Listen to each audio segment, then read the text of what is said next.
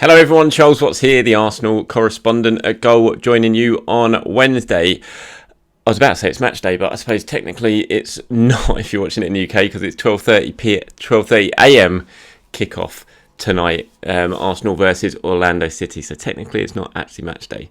But you know what I mean. It's now very close to Arsenal playing their second game in the US of their trip, and yeah, hopefully it should be another interesting one. First one was very encouraging against Everton, that 2-0 win. Mikel Arteta will no doubt be wanting to back that up as he continues to kind of step up the preparations ahead of the new Premier League season. Play Orlando City tonight, and then it's Chelsea, and then it's back to England next week. Sevilla in the Emirates Cup, maybe a behind closed door friendly before that Sevilla game, not quite sure yet.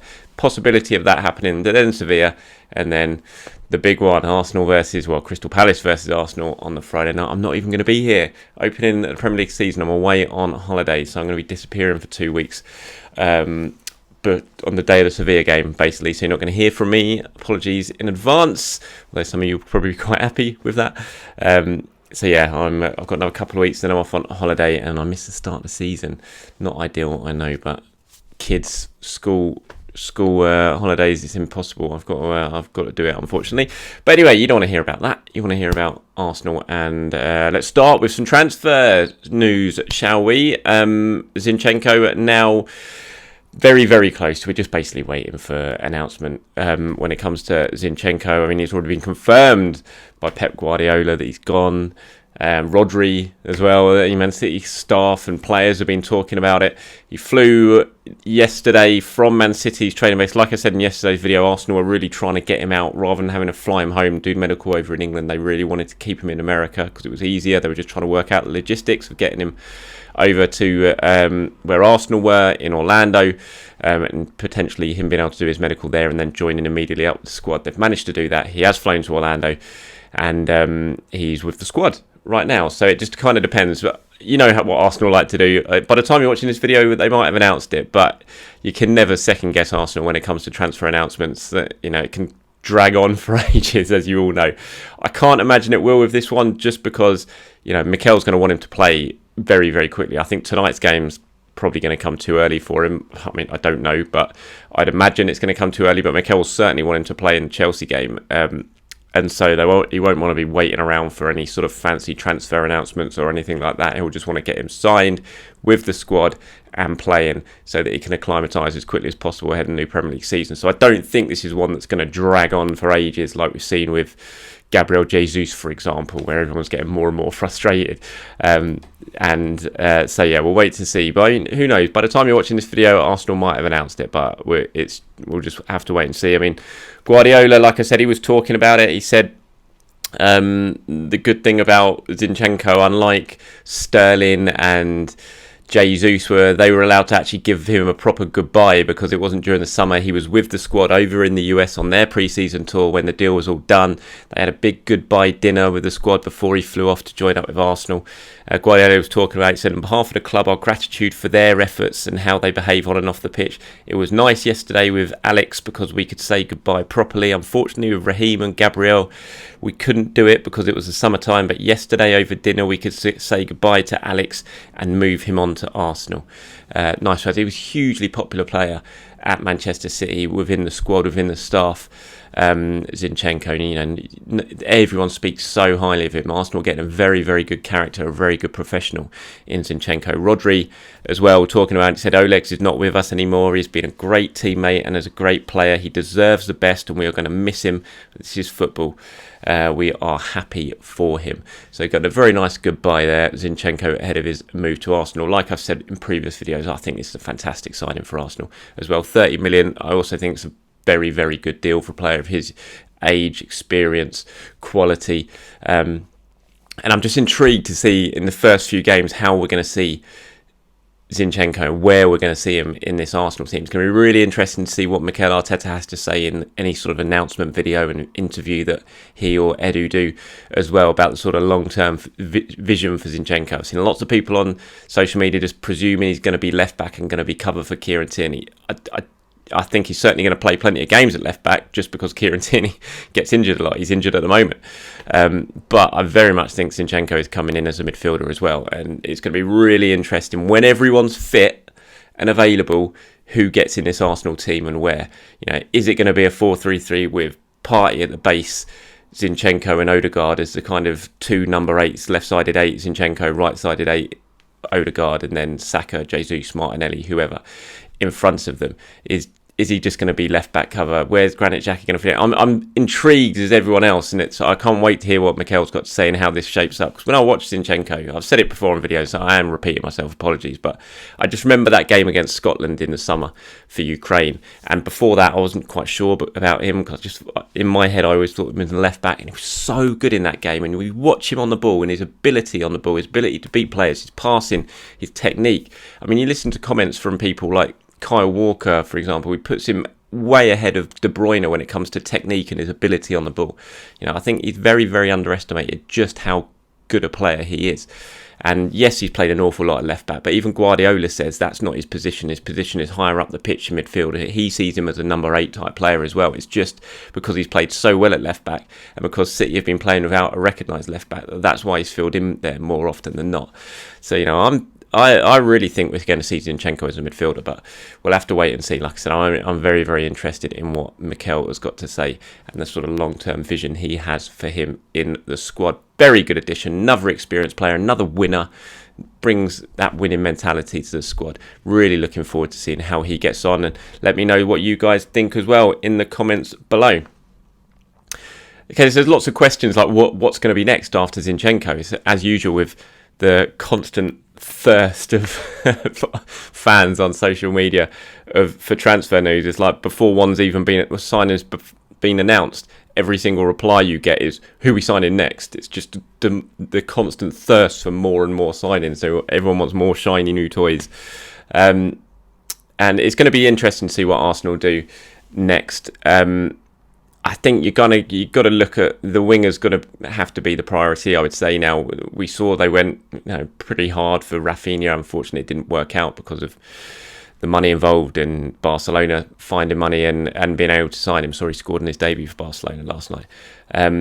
So it's clearly a position that Arsenal have identified as an absolute priority. They want to bring someone in to compete and to cover for Bukayo Saka on the right hand side of the attack. We don't know yet what's happening with Nicolas Pepe, but he is available to leave. It's an open secret. He's quite happy to go. Arsenal quite happy for him to go, but actually finding a buyer, it's not going to be easy. So we'll wait and see. But Arsenal very much want to improve that right hand side, as we saw with the chase of Rafinha. So I think that's going to be the priority after this. The midfield is the interesting one. What are they going to do? Because like I said, I kind of in my mind, I see Zinchenko as more of a midfielder than a left back. So I'm not too sure. And before I say it all the time, all the aggregators who watch this show, before you pick it all up and say Charles Watts says Arsenal have done in the midfield, they're not going to sign anyone else after Zinchenko. That's not what I'm saying. I'm just talking about this is more of it's just my opinion rather than based on any fact from information that I've got. But I just look at Zinchenko and his ability in that midfield. I look at who else Arsenal have already got in those areas of midfield. You've got to remember Fabio Vieira as well has come into the mix. Granit Xhaka's still here. I just kind of look at Zinchenko now. He's in through the door. I just wonder, are they really going to go and sign someone else in that midfield? I'm just not sure, purely because of the numbers there.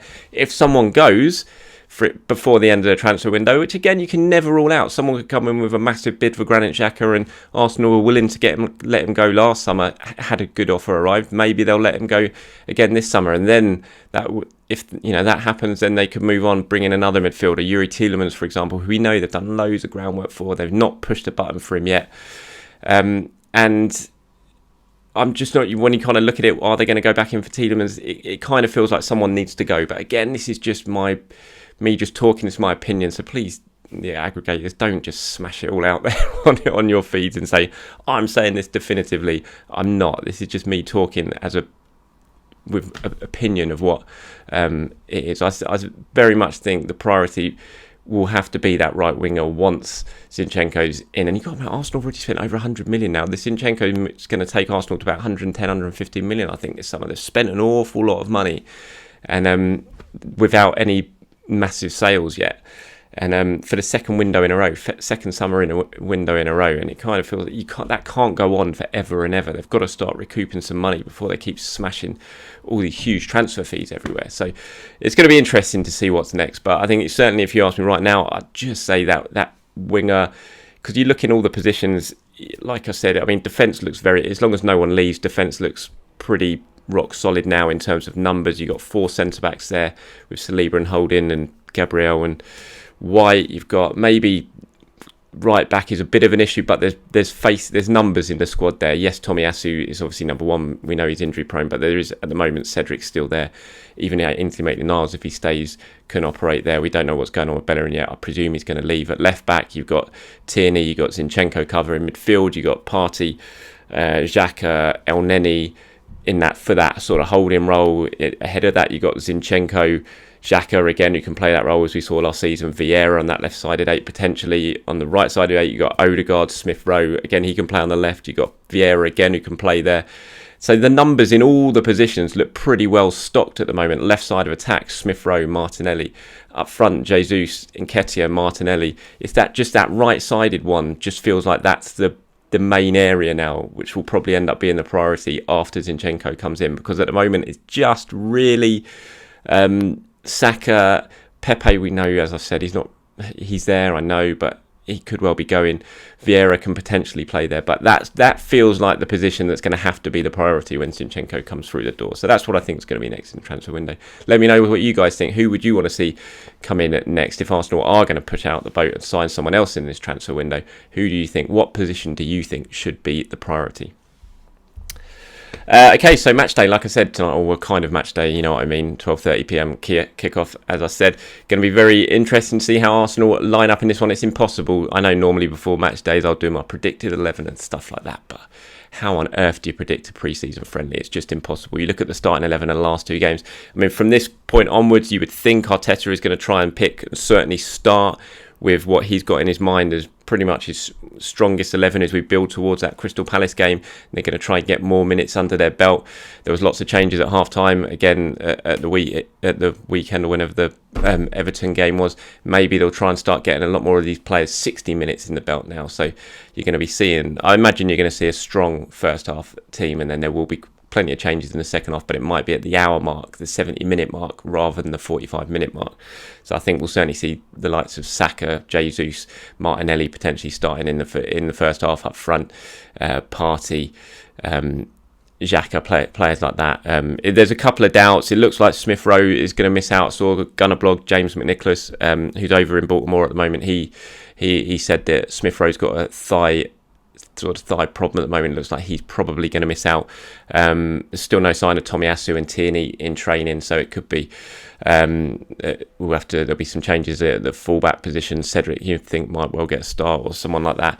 Ben White obviously back training, we've seen that, so but it'll be interesting who lines up at centre back tonight. Will Saliba start again? Will Arteta move back to the White-Gabriel sort of partnership to start with? So I think that's going to be an intriguing point of the game. And Fabio Vieira is back training. I think it's probably going to come too early for him. He's way behind in terms of pre-season preparation.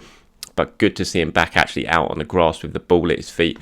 You'd think tonight's going to be too early for him. Potentially even the Chelsea game might be too early for him. I imagine Arteta would like to see him get a few minutes, a bit of a run out ahead of the Sevilla game. But if not, you'd certainly think that Sevilla game is going to be earmarked for him, or potentially the behind closed doors friendly ahead of that Sevilla game for him. But certainly good news to see him back out as well, because we all want to see Fabio Vieira and get our first real glimpse of him and what he's going to be like in an Arsenal shirt.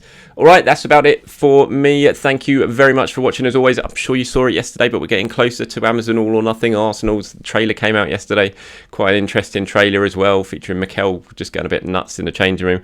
It's going to be end disappointing. We know that. I'm sure Tottenham fans are going to be loving the last couple of episodes, but I think on the whole it's definitely going to provide some interesting insight, and I'm certainly intrigued. Unfortunately, again, I'm away. I was supposed to be going to the premiere up in London for it, and doing some interviews and a Q&A on the red carpet before I'm in Portugal, so I can't do it, unfortunately. But hey, I can't really complain too much because I'm going to be lying on a beach in very nice weather, hopefully. All right. Thank you for watching, everyone. Have a very good day and enjoy the game if you're watching it later on. And I'll speak to you soon. Have a good one.